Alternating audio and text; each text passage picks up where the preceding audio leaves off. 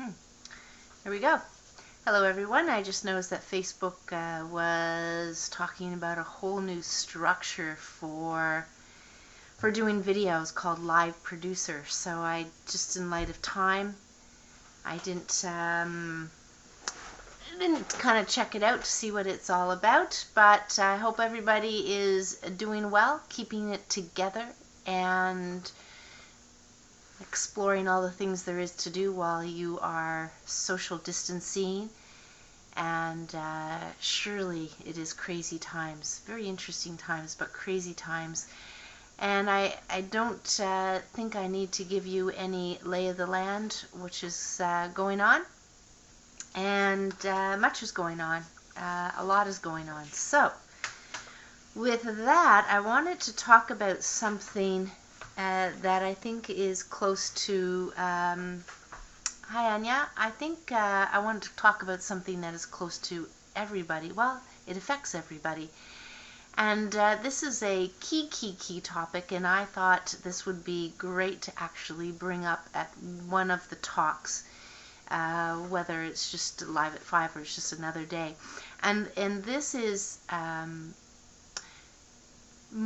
at this time when we think of health and we have this kind of an event or an issue going on, it's kind of geared towards how we feel about death and the fears that we have, death being one of them, and what that conjures up.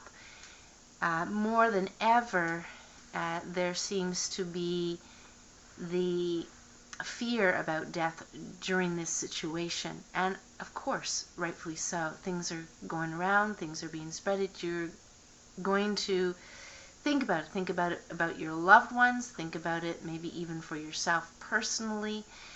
And so we have this thing, we have this thing. Now, during any event, be it the coronavirus, the challenge is going to be around that topic for some people. And some people, you're going to see that they don't have any worries at all. They're just taking all the precautions. They're doing the things that are being asked of them, social distancing, and being careful and learning about what that needs to be. Even, how to grocery shop safely, as somebody sent me a video. So it's interesting that there's a number of videos, a number of articles, a number of things to think about at this time, a number of questions, and at the same time, there's really a lot of unknowns. We will not be able to determine exactly what's going to happen here. There's no way we're going to be determining it. And there's absolutely things that are kind of popping in, like somebody telling me that, or I have to read this, but there's planes coming in from China into Canada, and that in Alberta they're putting up a lot of 5G towers, and they're doing this thing when there's a big pushback not to have it put into play. And actually Wuhan, and I actually looked this up myself, last year there was a lot of protesting in Wuhan alone, because that's where the testing ground is. And this was all written and all documented and talked about, and I explored the truth of it by looking up again on the World Wide Web about this going on, and it had been going on in 2019. So, is this true or not? I don't know, and I'm not sure if some people know certain things, and maybe some of it is, this person said this person says that. But it is clear that there is a problem with EMFs. Not only myself and some of the things that I have felt through the increase of these, whatever 2G, 3G, 4G, and 5G is, I can feel or sense the increases of the electric kind of going on around, being in Toronto, more so. So what does that mean if they go to 5G, and in Wuhan they were protesting it? And so what it can mean is very quite simply, is going to be another stress on your system, because we are electrical. And this could be a huge thing for some people who are not already of good health. more so. This is an additional challenge, no different than the regular cold, no different than this coronavirus, no different than the flu. And when I was looking at the list of the top 10, there is 2, if not 3 things on there that have to do with the respiratory system. Even in China alone, certain research that was done a handful of years ago showed that just in any 1 year in China, there's close to 3 million that they can count. Predictably, they say, because they can't get all the information, China being a communist country and all, up towards, I think they said 50 million die every year of pneumonia. Every year from pneumonia in China alone. 3 million, upwards to 3 million, I think it was 2.7 million, up to that. So that is a lot. So the health challenges that we have today are crazy. They're just crazy with the amount of meds. Like I've said this before, I've had clients, the most I've ever had with any one client is 19 medications, and there's no research to show how these medications work together. I can't even find one where there's 2, let alone 3, and most people at a certain age are on anywhere 2, 3, 5. It's kind of the old age cocktail prevention, they say. But I want everybody to look at their side effects for any one med, never mind 2 meds or all of their meds. Just look them up and see what can happen. So 5G and whether that's going on or not, my experience recently going out to get spring water, because I get mine from a spring, and was, where did these signs come from? There's these big, huge, massive new wave, new age, whatever you want to call them, modern signs, and everywhere, I think just about any sign that gives us any information on the highway said, stop COVID-19, stay home. And as I'm driving in my car going, ain't gonna happen, because I ain't drinking the city water with chlorine, fluoride, and leftover medication waste products. I ain't gonna do it. I will if I have to, but I don't have to, so I won't. That's kind of that. But back to the idea about death and the fears that we have on death. I mean, what is there to fear about COVID-19 other than death, and death of ourselves or death of somebody that we know, death, whatever, that kind of thing. Now, I want to speak to this in a way that it's going to make sense to everybody here. And I'm just going to say hello to everybody, see if, yes, hi Linda, hi Jeff, hi Allison, hello everyone. So let's talk about death. Let's talk about the fear of death. Let's talk about it being something that is, I don't know if I want to call it over our head. For everybody and anybody human is probably going to know that we're going to die at some point. And so we have this life, and this life to live in between the time that we're born and to the time that we die. And it is quite clear from whatever stats where they'll say, yeah, aside from public speaking, death is, those 2 are the most feared. So what is death? Most of us don't know what death is. It's the unknown. And this is where it can become worrisome, and worry and anxiety and all these different things can come in because it is the unknown. Same with this viral pandemic that's going on. It is a unknown. So the unknown is the unknown. As much as we want to navigate to any one side, which people are going to be taking sides. Let's panic. Let's get worried. Let's not panic. Let's not worry. There's nothing going to change by worrying and panic. I've already said this before. Number 1 rule of safety is do not panic. That is in health and safety, first aid. It's everywhere. Do not panic. Now that might be easier said than done for some people. It's just my nature not to panic. I've done first aid several times. Get it, not panic. That's simple for me. done the health and safety certification 1 and 2, because I was the business co-chair on the Joint Health and Safety Committee at work, where we had about 350 people. No manufacturing, fortunately, but the idea is not to panic. Everything that we can possibly do to communicate on what's going on and safety and put into place. But there's always that thinking part that has to come into play.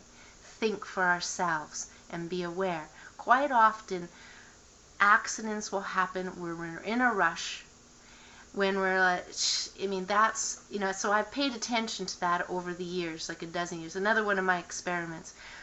And quite frankly, if we slow down and we're not in a rush, we're not in a panic, and we're present to the moment, there are no accidents. None. Zippo. Zilch. And this would be great for cars. I still see so many people driving with their cell phones. Why, people? I'm not quite sure. I think that 3-ton piece of steel is probably going to do some damage if it...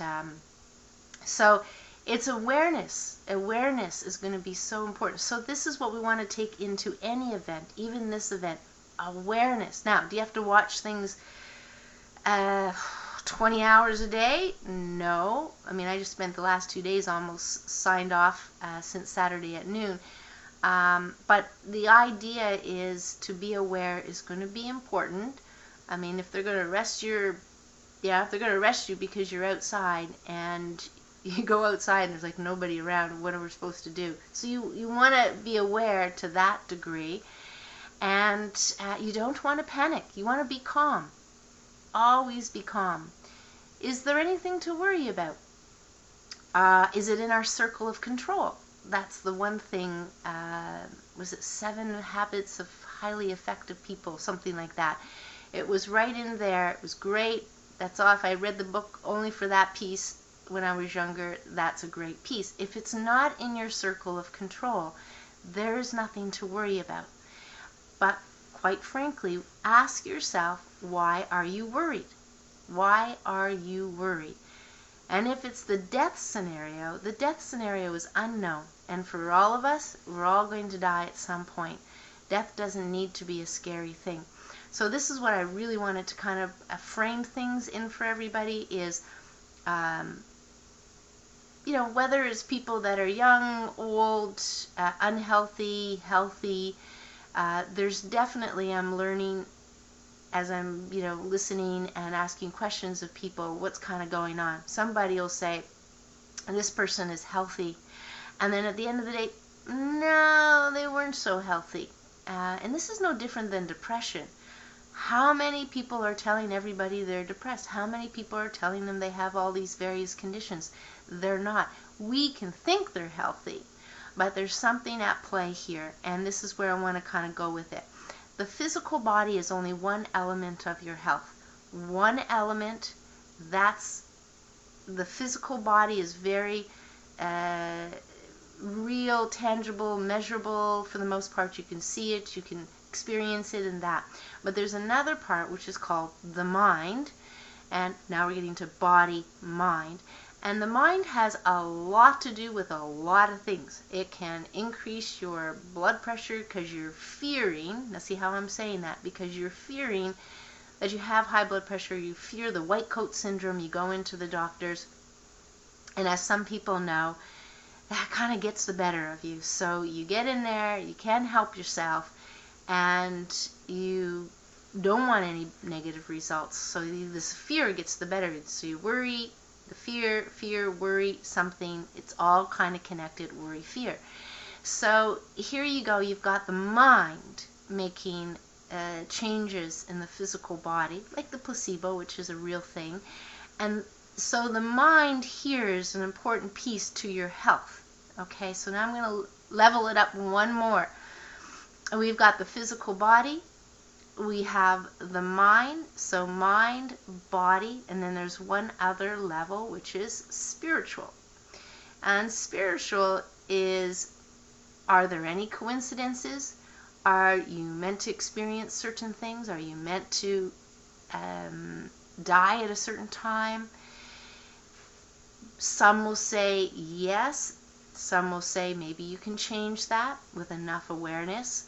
But the idea is, if you are meant to learn things, you are meant to learn things. And I'll give you a couple of examples. I'm going to try and think of a couple examples off the top of my head. And you're going to see how this works in our life. Okay? So everybody here as an individual has your own unique body, your unique life. None of us, any one of us, is the same. And the stories can be plenty, and there's stories of lessons. So let's keep track of the word lessons here. So in a spiritual sense, what happens is you have lessons. And the experience through life might be that you have some sort of a physical trauma, and the physical trauma brings you lessons that you go, wow, I wouldn't change it for the world, because I've learned so much. I've learned that I need to take care of myself.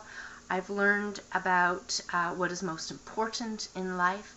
So we have these incidences that happen, these events that happen. And these events will bring us to some place, but not do we always learn. So we have to be repeating things sometimes, and they can get a little louder, if you know what I mean. You might get an indication something's coming. Something might just kind of tap you from time to time, and then all of a sudden, okay, you weren't listening, this is what's going to happen. So it kind of escalates, quiet to much louder. And life can be very much like that for certain lessons, but there's no hard or fast rules here. There's not black and white. But the idea is, when we have these events that happen for ourselves personally, sometimes it just thinks, or a smaller group, in this case it's more of a larger group, what are we going to learn from it? What are we going to get from it? So I was just walking and a neighbor says to me, this is great, my children are, I think they're mid-20s, and they're home, and my two boys, and we're spending lots of time together. It's amazing, Cheryl. I'm just loving it. So there's so many stories we're going to hear about this event and what it's bringing to people. Some people, they'll just stay in whatever panic fear mode that they want to be in, because they feel very justified and that's what it is. Or we can be open to see what unfolds and let certain things unfold and see how things happen, see what things come about, see how you're feeling about these things that are happening, and learn about where your thoughts are going. So we just kind of tap into the mind as to how you're responding to any event. This will teach us on the way our mind is thinking. And if our mind is thinking worry, it's going to have effect on the physical body. It's not going to have an effect. Maybe for somebody the worry is going to mean this, and for another person it's going to mean that. But it's very key here to understand, if you can ask yourself and do this exercise personally, what do you fear? What do you fear? You worry, yes, you're worried. Worried for who? Worried, why worried? And you can justify that. But what's behind it? What's the fear? Ask you, what are you fearing? You're fearing you're going to lose your business. You're fearing you're going to lose your parents. You're fearing for your own health. There are going to be fears that are going to come up. Of course, it's not going to change anything but your state and then your physical body. It may make you more diligent in what you're doing versus some people who are not as worried, and I can see that they're not as diligent. But it's not complicated to be diligent. It's just know what you have to do and do it. Just kind of do it that way. That's safety. Safety is just, you don't have to think too much about it. Do I have to do it? Don't I have to do it? You just do it with no worry. Like crossing the street is a very simple one. We don't need to put the fear in our children to teach them to cross the road. And I see that time and time again. It's kind of interesting. we don't need to put the fear into any of us in order to be safe, safer, common sense, that kind of thing. So this is the big word I wanted to kind of bring up today. Words is death and fear. Fear, death. So there's lots of fears we have, and that might be one of them for now, but there might be other things. And so that's kind of what I wanted to speak on, that is to make sure we have an idea here, an awareness here, that 3 levels come in: body, mind, and spirit. And anybody here may have understandings of, good understandings of one, maybe not so much the other. And you may think you're doing spiritual practices, but yet with an event like this, then this would, would see how grounded you are with spiritual practices or growth or that kind of thing, fears and death. Because everybody, we're all spiritual, as people say, but the idea is, it's how you think about it. It's, well, what do you know about it? Where are you working with it? That's really key, and everybody is going to be in their place about what they know about any 3 of those. Mind, like I spent several years understanding the egoic mind, and that's just the voices that will come in, the thinking that will come in and say, you're not good enough, or you're better than anybody else. That voice, that particular voice, both the angel and the devil, is what I'll say, is that part of the mind that will keep you in worry, keep you in fear. It's almost like it enjoys the drama. It's like Hollywood in your mind, if you want to think of it that way. When the true mind, the true thinking, is your present. You're in the now, in the moment, and so there's no worried about the future, and there's no regret on the past or anything like that. Things just become just that. You're looking at a folder. I'm looking at a red file folder. It's a red file folder. I'm not thinking about, oh geez, you haven't put it in its place, in its back in its filing cabinet, stuff like that. All of that stuff is the drama, altered ego, negative ego, whatever you want to call it. It's that part of the mind. And that definitely keeps people hopping, keeps people busy, keeps people thinking a lot, that kind of thing. So I definitely wanted to bring in that kind of stuff, that work in all 3 is necessary to be whole or healthy, and it's important to consider all 3. That if you're not eating properly, then you may still be unwell and doing well in your spiritual work, but at the end of the day, this vessel called a physical body deserves your attention to whatever degree. Not over, not under, but right amount, as they say, the balance thing. And I can't say enough about boosting your health immune system. So I just got this recently. I don't know if it'll come up and whatever, but it's so bright here. Let's see if it'll come up. Anyway, it won't. I gotta figure out this camera thing once and for all. But this is just thyme tea, and I've talked about thyme being very, very good for boosting your immune system, as a lot of herbs are, but some more than others. And as they say right now, if you drink something warm, not hot, because we don't want to burn the tissues in your mouth, tongue, throat, anything like that. We do not want to damage the tissues. So very warm, let's just say, or not quite that hot. But that's really helpful to kill this particular virus, because, but also wash it into the stomach. Because of the fat lining. Hot water is very good for getting rid of fats. Try washing a pot or pan that has a bunch of fat on it in cold water. It won't work. So this is where very hot water comes in handy. And in fact, if you do have control of what temperature your water is, you can turn it a little bit hotter, and you'll find it easier to wash hands, wash in as hot as you can. So similar messages always before, be calm. Yes, be calm. We know how that affects the body. Boost and eat properly. Never, this is a good time, but it's always a good time to do that most of the time. And many other things are going to boost your immune system. But I wanted to show something here, whether it'll come up or not. Yeah, it's kind of bright. But what this is actually sourdough culture. And I've been playing with it for a year, and just to do the culture, wow, it's easy. It's so easy. And to actually make the bread wasn't so difficult either than the baking part of it, where I kind of lost track, where it stayed at 500 when it should have been put down to 400. But nonetheless, everybody gobbled it down. I just took off the crust of it, and the crust actually softened over a day anyway. That's what it does. So yeah, sourdough bread, very easy to make. Very easy to make.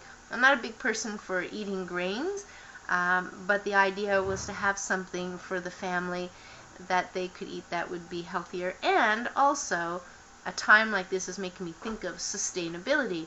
Are we able to grow our own food? Are we able to make certain things from scratch?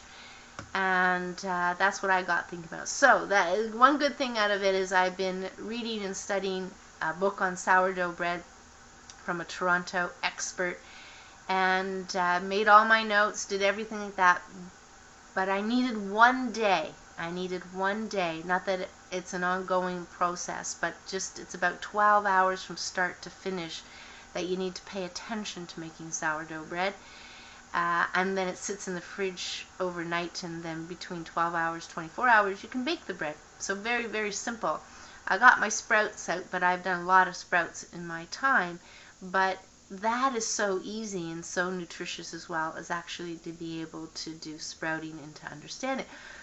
So I like that part about this, is that I did finally pull up my socks and actually make the sourdough bread, which is really cool. And then I got my order, so I can start making some thyme tea. I don't even know what thyme tea tastes like, so I'm going to experiment with that today. So that's what I encourage everybody to do here, is you may have that puzzle sitting there, you may have that book sitting there, but there may be something or some things that you want to learn how to do for yourself, for health, and this would be a good time to do it. I will admit, I didn't get to doing the cleanse days because my daughter got me into action. I promised her to do a art project, a mural on her wall. I'll post pictures, but she says we'll do it in a day, and I didn't think so. So midnight Sunday night, I'm still working on it, or midnight Saturday night. Now last night I ended earlier, but Saturday midnight, and still was nowhere near. I don't know how people can figure out, even these big projects. The best we can is guesstimate and estimate. No different than this coronavirus. The best thing we can do is only estimate and guess. And guess what? Somebody, if there's enough people that guess, and we have all these range of numbers, somebody's going to be closer if we're taking guess. But again, it's just a guess, right? Just a guess. So here, another day today. I probably have another 2 days at least to do the mural, because she's got all these cherubs and the fine detailing, and they're like 1.5 feet by 2 feet, some of them, on her wall, big, and I'm tiny brushes doing it. So estimate, guesstimate, everybody has their way of doing that, and my daughter's way was doing it was going, I want it done today, Mom. Oh, yeah, okay, well, we'll start at 1, and by midnight came, I'm going, now I'm lucky if I'm 30% done with this. But she got to learn. That was the good thing. She did get to learn. And it's interesting to have them learn it on their own. And then, like anything, the preliminary work, just bringing this to the event as well, the preliminary work when it's when it's building and we see these numbers jump up, we don't know how long it's going to take. So when we see something kind of come in and we're not sure on many fronts, but you've got to kind of start, you got to get the ball rolling, so to speak, right? So in me doing this wall mural, the getting the ball rolling, being an artist myself, was to actually draw out the cherubs. So 6 cherubs. So we had to draw out the cherubs, make sure they kind of look, fit, size, whatever. And that took a bit of time, but you have to. The planning is so, so important for the outcome, which is the best that we can do, right? The planning. And so then I said, well, now the next step is to do an outline. So to capture easily, as almost like you're building on top of things, right? Which is what they're doing in the coronavirus. Okay, we're going to do this first, see how it works out. Then we're going to add this. Okay, it's no group larger than 10, and then it's no group larger than 5. So I have to put layers in this artwork. In art, most cases, you're kind of thinking that way. And the first layer is, okay, we've got our pencil marks. Now I've got to put in all the darkness and the outline of it. It looks crappy. It doesn't look anywhere near a finished product, which is, for my daughter, was very deflating because it looks like that. It looks like shit, really, at the end of the day. But I decided before I go to bed on the Saturday, actually no, before I go to bed, but so I decided before I quit today, because that's good, you do the outlining and you finish one thing, you start another thing. I said, well, I'm actually going to do some of the detailed work, or at least the preliminary detailed work, so that she can see what one will look like. And the look on her face when she saw one of the cherubs with the detailed work, I'm going to have to do more detailed work with some shading and some highlights, but the idea is it was 80% better. 80% better. And with this kind of event, COVID is kind of the similar thing. We're going to see better numbers sometimes. So we're going to kind of like, it's like, you're looking at a chart, up and down, up and down, up and down, because it's unknown and things take time. So it may look better now that I'm putting the first detailed work, but it'll even look better when I do more. So it's the same thing. So now if we're doing more, then the number should go down. The number should go down. So the idea, though, with all of this is to better understand, and to be aware that things do take time. Absolutely. That worry and fears exist, especially if you have some sort of worry, then there's going to be fears there. And ask yourself, that's your homework, ask yourself, what do you fear about this particular event? What are your fears? Fears, do the homework and see what you can come up with. I would do it with my clients because quite often it is a bit of a challenge sometimes, can be, for some people to try to, when you're in the middle of things, it's not so easy.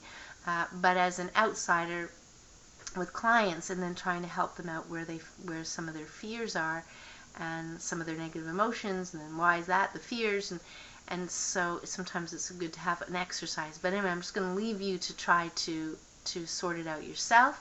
And hi, Maria. And there's Rafi. Hi, Rafi. We know, Rafi and I know Paul Ryan, who's very good friends with my husband. So that's really what I wanted to come on today and just kind of give you a broader understanding of what we're looking at here. And, with lessons, the body, the mind, the spiritual part, all three. And life lessons, what can we learn from this? And so we are always going to have events, always. Some will seem, again, they're personal. Some will seem they're in our immediate circle or our immediate vicinity. But and this is of course global in so much that it doesn't really matter how big it is. It's how are you feeling about it and what's kind of going on. Anyway, that's kind of that part. Basically, throughout this period of time, we're going to work with the spiritual and say, what happens is going to happen. It's out of our circle of control. We control what we can. The mind, be calm. That's all about the be calm, because the mind does have an impact on the body. And from a body standpoint, no matter where you are, you cannot not benefit from the immune boosting or nervous system boosting, and quite often certain things like coffee, alcohol will stress out the immune system. Anyway, your choice, your choice. You can pick and choose to be in that place or just carry on, and maybe you feel that social distancing is good enough, just sanitizing, sterilizing, whatever you want to do is good enough as well. But yes, we have all choice, and we definitely want to maintain choice and maintain freedoms for humanity. Very big on that. So I'm going to, say hello to Pierre, Kathy. That would be great. So anyway, that's just something for you to think about. I don't really want to dive into much detail in the sense of it could absolutely do. There's a lot going on. You're going to hear a lot of information, and there's a lot of theories perhaps, and maybe it's a combination of some of them. The idea is do what you can do, what you can control. Let's be kind. We don't have to get our tempers going, or at least getting irate or whatever at other people who are doing what they're doing or believing what they want to believe. That's all good there. So I'm just going to leave it there. I don't know if there's any questions, anything at all, but it's definitely a good opportunity to look at your fears, because it is such a big event, So look at your fears, see if you have any. You may not have any. You might not. That is okay too. So I don't know if anybody has any question. You can surely post the questions later, or post comments, or even private message me. Because certainly, I've had private messages from this because people don't want to speak up. But I really don't think I need to stress the point that everybody should post here. Same with the Me Too movement. I really, maybe people just feel a release or calmer because other people are going out, but they're not feeling safe enough to actually talk about it in kind of public. So some people got the nerve up and got to that point and just blurted it out, but that's not for everybody. You can talk to at least one person about it. Possibly. That's going to be better than no one. Does vitamin C really do much for us, is a question from Kathy. Absolutely, vitamin C does. It's part of the antioxidant family, and with all the research on vitamin C, there is therapeutic dosing is a simple way to put it. So therapeutic dosing with vitamin C, the only thing I want to caution people on is there are different forms of vitamin C, like almost anything. And when I did therapeutic dosing of vitamin C back when, the best thing is not to stop cold turkey. And I say that more today because of the circumstances. It may be that you go therapeutic dosing with vitamin C, and all of a sudden this has come to a halt for the most part, and we're carrying on with our lives, and okay, let's put the vitamin C away for the next time perhaps. I'm suggesting you don't do that. In my own experience, when I stopped vitamin C cold with high dosage, I got sick, and when I went to do my research on why did that happen, there was clear scientific information that actually showed that you should never cold turkey vitamin C. So no matter what, therapeutic dosing might mean different things to different people, but if you go up, 2,000, 3,000, 4,000, then just come back down 3,000, 2,000, 1,000, whatever your daily dose is. That's very important, especially to be mindful of that in vitamin C. I don't know any other supplement that actually is the same way. We know it happens for medications that way, but I'm trying to think if there's any other supplements. But surely there's a lot of supplements, and I've said this early on, that we may read something about something that's going to help boost our immune system, and that's the one thing, or you may get the list as they do now, you know, the 5 things you can do to boost your immune system, or the 10 things to boost your immune system. And I'm going to say that number 1, worry is going to take out your immune system. Okay, depression takes out your immune system. Exercising too much can take down your immune system. So the immune system is also run by the nervous system. So you can see how the thoughts and minds and worries would actually have a negative impact on your immune system. So there's many things that will impact our immune system, and there's many things that will boost our immune system. And I say many things. Apples, romaine lettuce. So these wholesome foods, you know, a salad a day. So a big salad, and yeah, you'll have to take out a big mixing bowl, or at least a small one. And then, you know, add tuna fish to it. If you do tuna fish, add some soft-boiled eggs, you know, add some cheese to it, whatever. You just kind of salad. So there's fiber and stuff in there too, but also having regular bowel movements will help also as well. So many things will help boost your immune system, and the reason why I say and did say that is because there's all these lists that come out, you know, 5, 10, whatever. Next thing you know, we've got this short list of things that everybody is thinking, I'm just going to do these, you know. So now you go out and buy these superfoods, you go out and buy all of these things, but meanwhile, the things that you have in your fridge or in your kitchen are very powerful. So herbs and spices, cinnamon is probably the highest, if you could consume enough, but we wouldn't. But it is the highest in the antioxidants. They call it the ORAC figure number, but it is the highest, but we don't have much of it. So using more cinnamon ongoingly. Lemon water every day. Lime in your water. So all of these things, there's so many things that there. You don't need to go and buy a lot of things. Maybe just pay attention to more of what you're having, or having more of it. That kind of thing. And take time to relax. So if you're all worried and you're all stressed out, just relax. And I'll give you one simple thing to do to help you relax, and just to see how tense you are. But we do breathing, but I want to take this down to a physical level for you. It's part of these tension exercises that I learned when I was writing my book.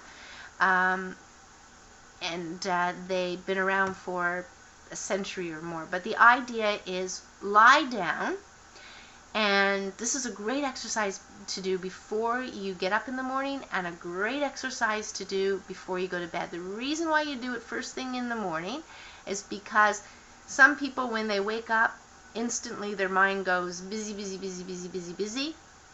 As soon as they open their eyes, they're crazy busy, and they just want to go. So this kind of sets your day to be relaxed.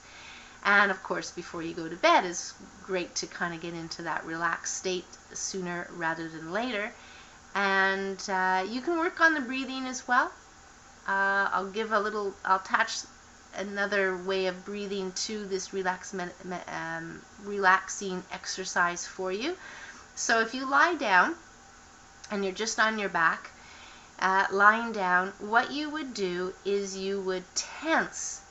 Now we can start with the feet and the legs going up to the hips. So what you're going to do is you're going to point your toes somewhat, and you're going to actually tense, and feel it go right up to your knees, into your thighs, into your glutes, and your hips, and just tight, and just go as tight as possible as you can, and then relax.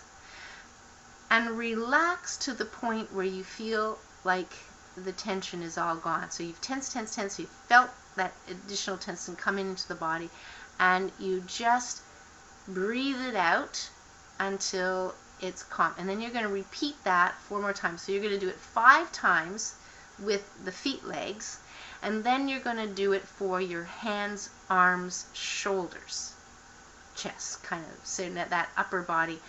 And you're just going to, what you want to do is you want to first spray your hand like this, and so you're going to tense into, pushing the hands out, the arms out, you can feel the arms tight, and then you're going to curl your hand into a fist, and so now you're feeling it right up into the shoulders. So as you're lying there, again, it's just focusing on the arms, hands, arms this time, and you're going to tight until you just got it to the tightness as possible as you can, and then relax and do the same thing.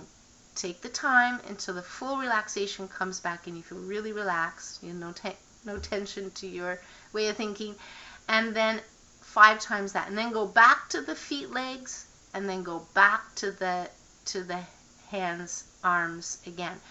So that's the first move of the tension exercises that I was teaching in my Move Well for Your Better Health program. But that is very, very helpful. You got time during the day, you can do this during the time. You can do it as much as you want, really. It takes a bit of time, and just allow that time to there. And so when you're breathing in, you're going to breathe in. When you're going tight, you're going to feel you're holding your breath. There's nothing wrong with that.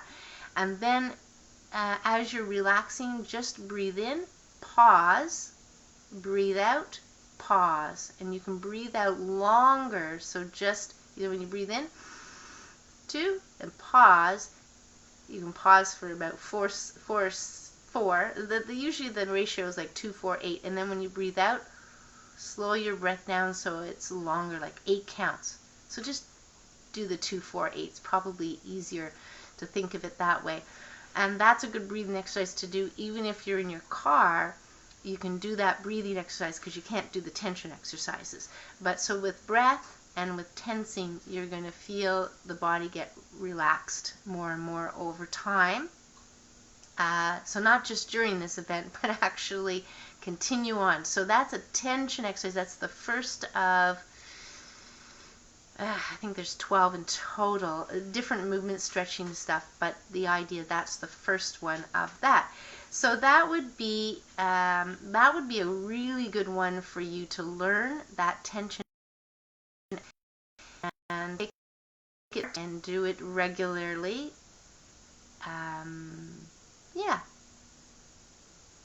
You'll soon learn. I mean, over 6 or 7 years, I can say you never really know how tense you are until you constantly keep doing something that gets you to relax, and gets you to relax.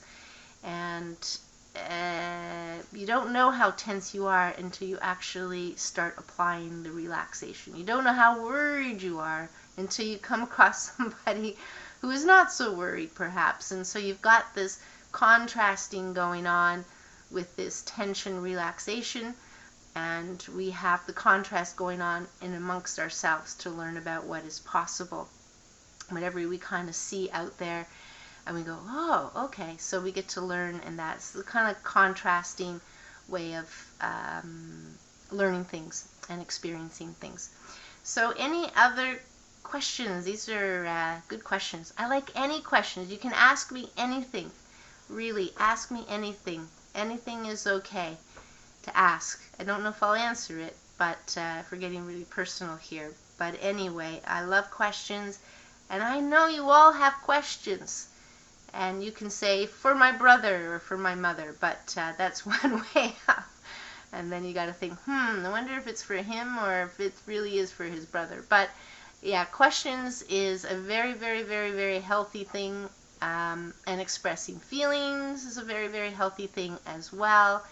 And sometimes you don't really want to express feelings towards people because you feel like they're going to do that, so you can actually express it in your journal.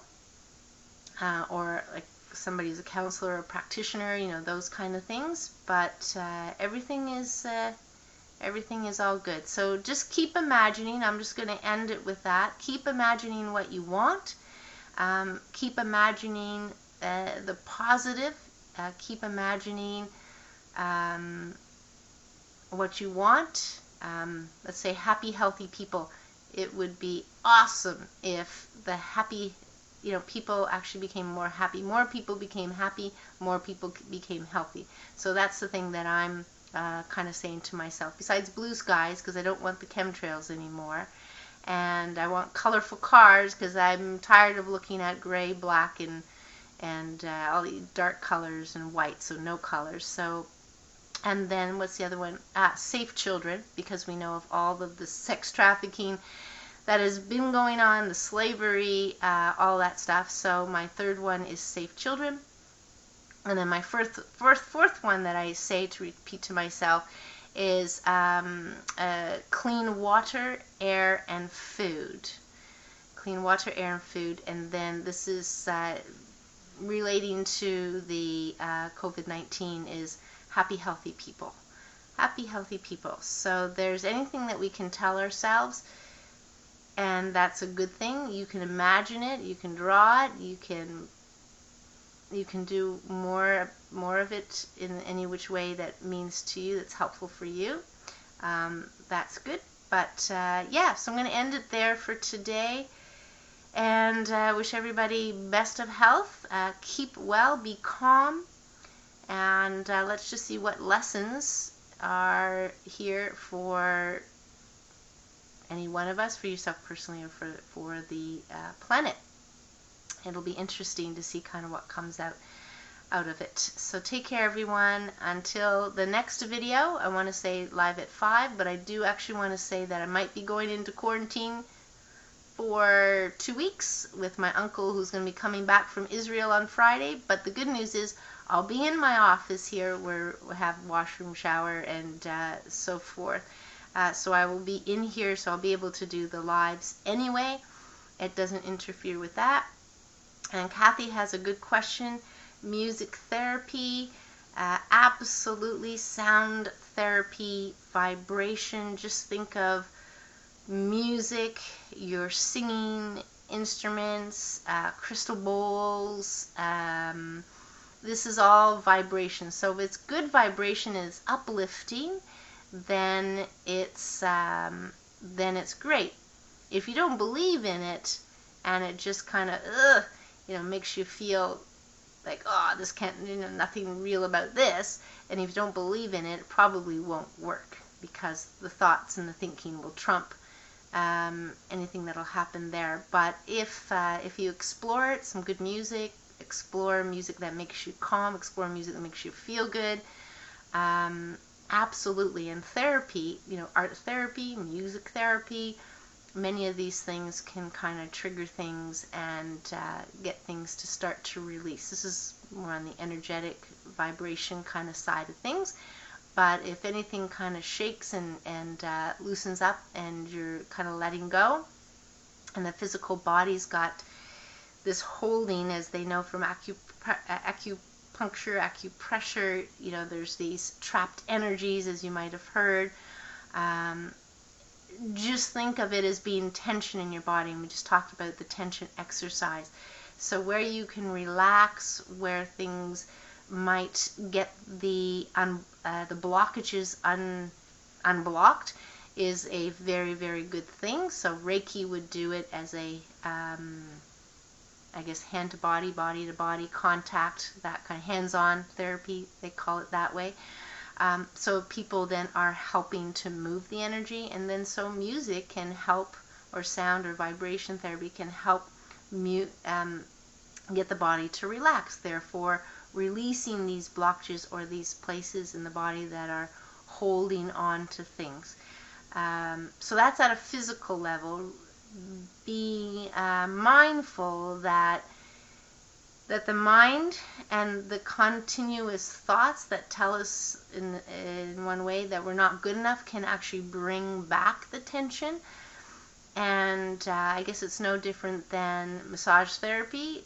We probably all love it, but I've heard not everybody does love it. They don't feel comfortable getting undressed.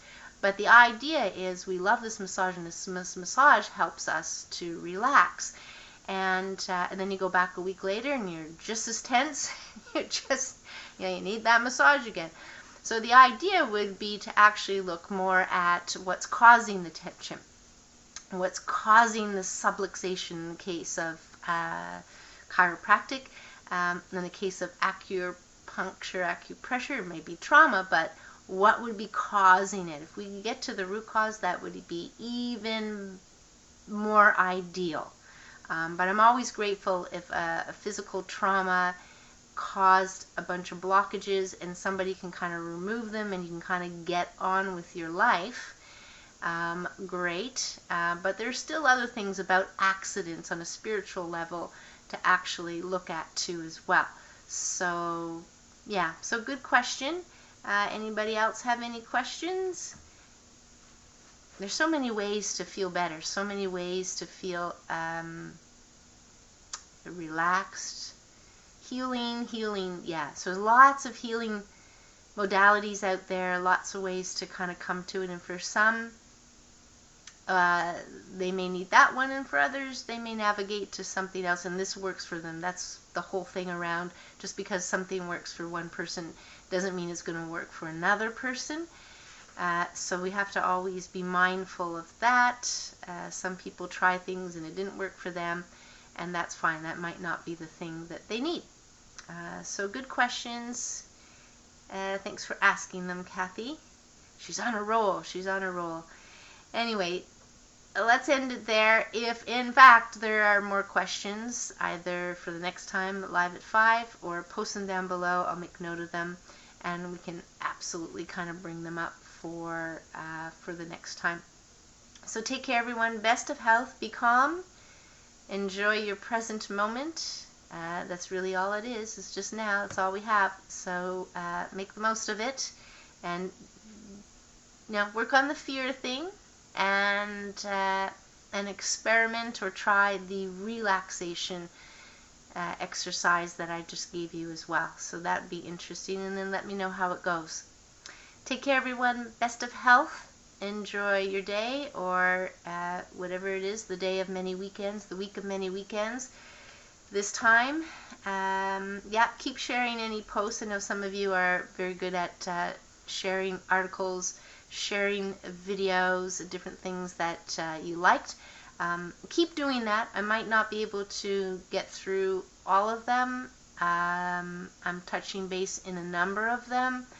I don't always bring up everything because there is quite a bit out there.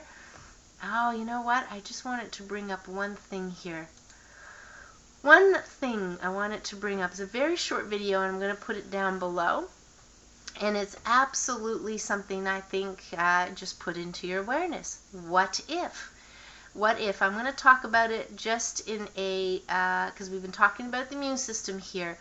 There's a mechanism called original antigenic sin, also known as the Hodgkin's effect. And if a person is vaccinated annually, repeated year on year against the seasonal flu, that person's immune system will be altered in such a fashion that that person may be more susceptible to a future flu pandemic compared to someone who has not been repeatedly vaccinated. So there's actually research done on this. I could theorize why that works, but I'm not going to. I'm just going to put it, it's only a short little clip, 1 minute and 45 seconds. And this is Dr. Graham Downing, and he's bringing this up to people's attention as something that has been published, has been wrote about as a thing to happen. Obviously, they got a name. So I'm going to make sure I post that there. And was there one more thing? I won't bring that up at the moment. But anyway, much to bring up. Who knows what knows? Unknown. Let's carry on, and we'll see what happens as one day follows another day. So take care, everyone. Best of health. Be calm. Boost up your immune system, and and follow orders. That's what we have to do. Follow orders, people, just to bring some peace amongst different people and each other, and yeah, some compassion exercise, doings, orders, whatever it is. Let's just do it.